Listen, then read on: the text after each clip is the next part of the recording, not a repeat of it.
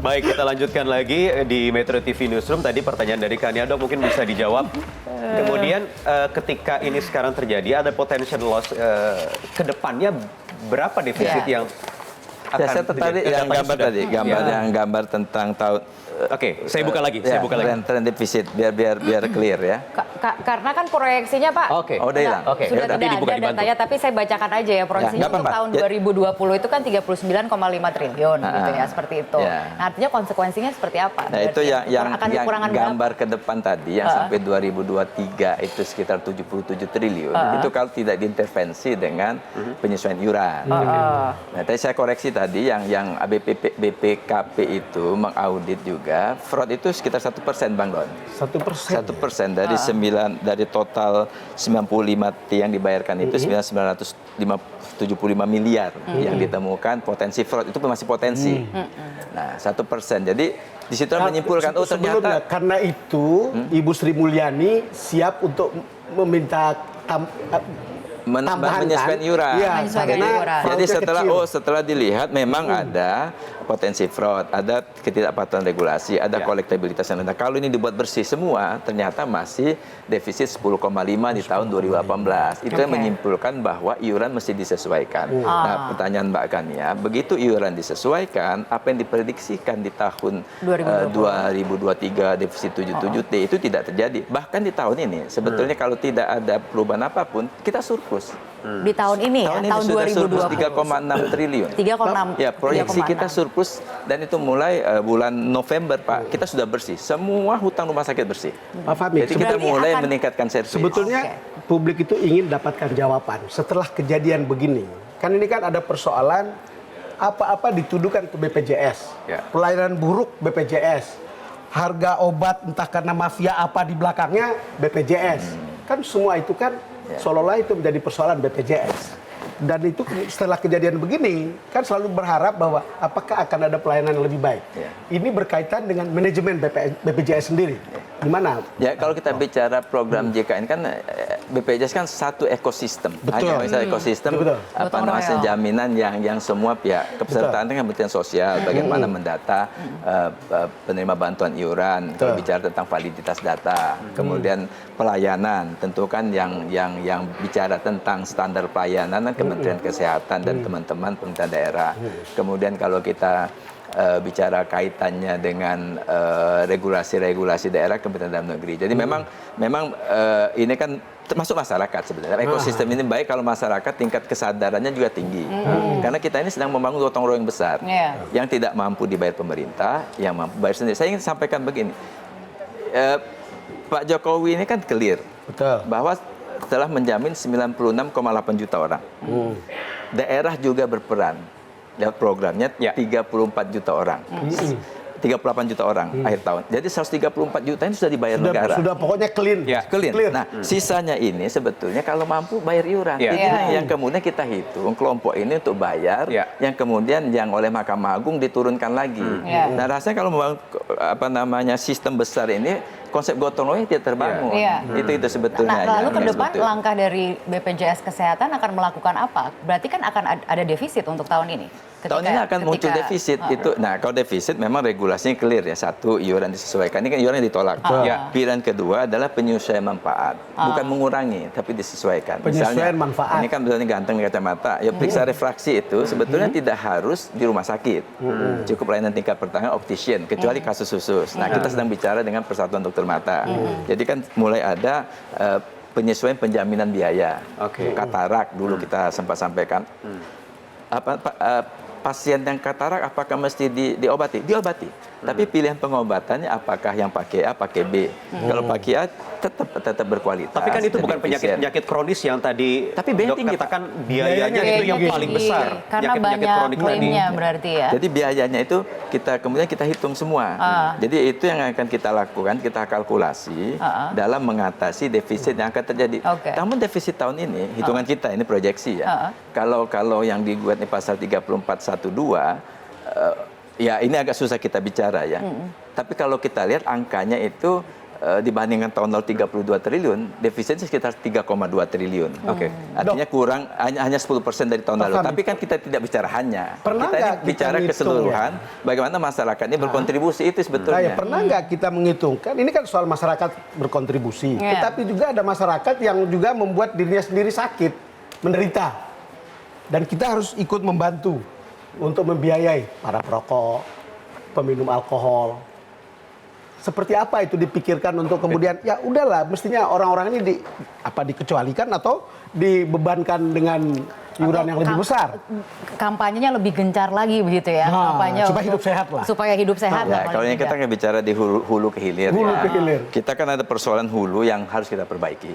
Catastrophic disease ini sebetulnya kalau kita bicara, ini kan penyakit yang sudah lama. Betul. Yang variabel perilaku, variabel yang terkait dengan lingkungan, ini kan berperan besar. Betul.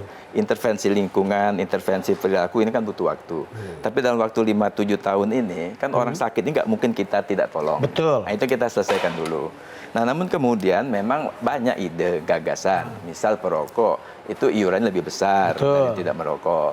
Kemudian untuk mereka yang ngemplang hutang, tanda kutip, ya itu dibayar, kita mulai mekanisme kalau masyarakat setuju, DPR setuju, oke bayar setahun di muka.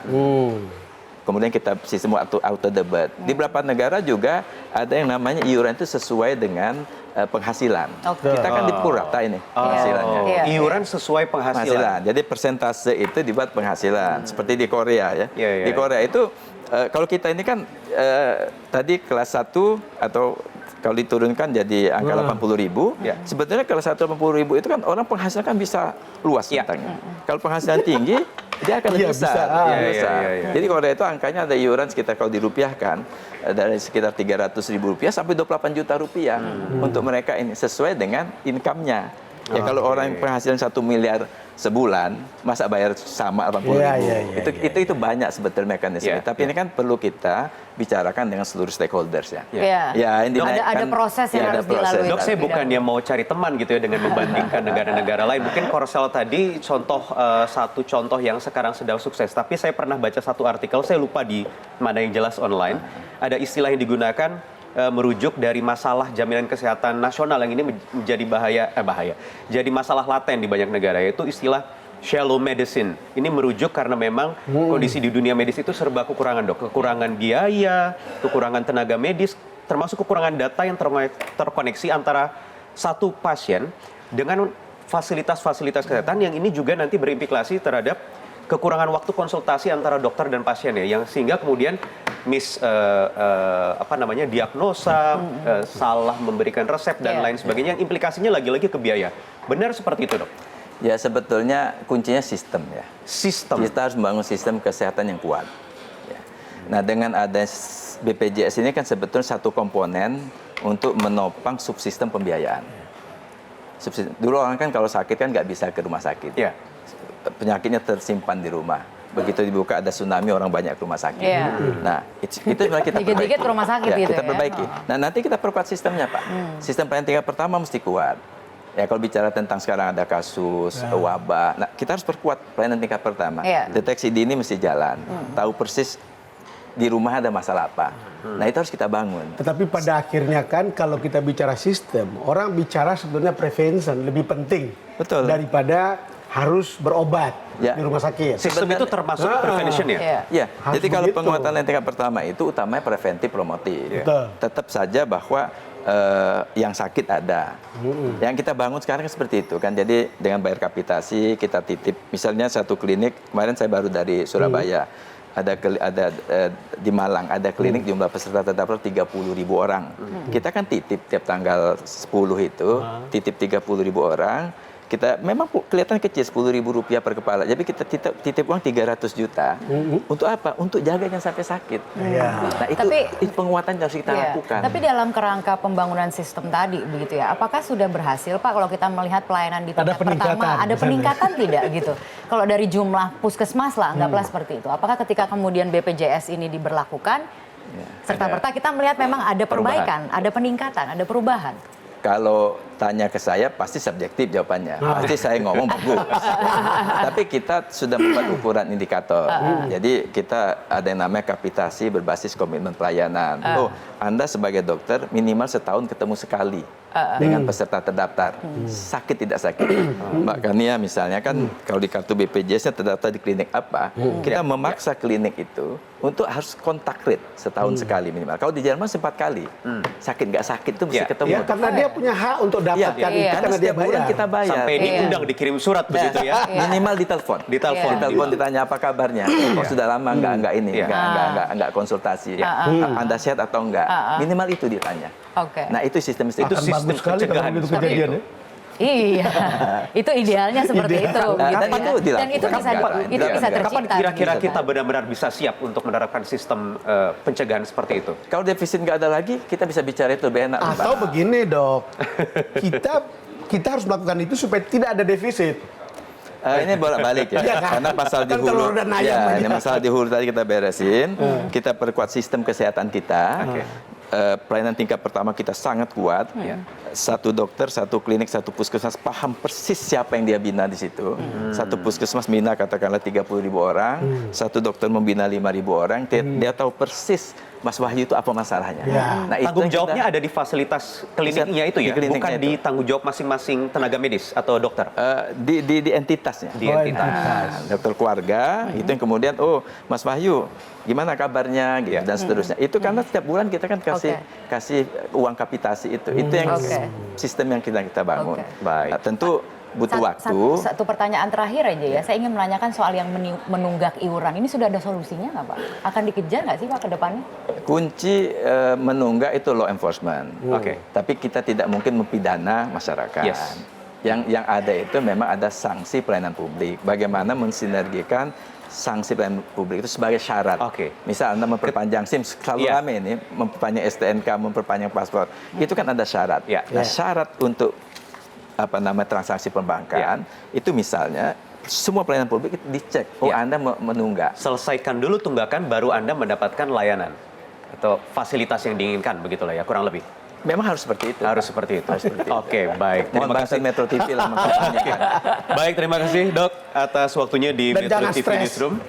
Insya Allah. Pokoknya kita begini, satu ya, bahwa pelayanan BPJS tetap berjalan apapun Oke, situasi. Iya. baik apapun sekali lagi. situasinya Terima ya, kasih Pak. Direktur Utama BPJS Kesehatan Fahmi Idris atas Terima kasih. waktunya di Metro TV Newsroom. Pemirsa, kita harus jeda terlebih dahulu. Kami masih akan hadirkan lagi dengan topik bahasan dan juga ada narasumber nanti akan bergabung. Ini terkait sejumlah kasus hukum yang beberapa waktu terakhir ini marak terjadi, khususnya yang melibatkan anak.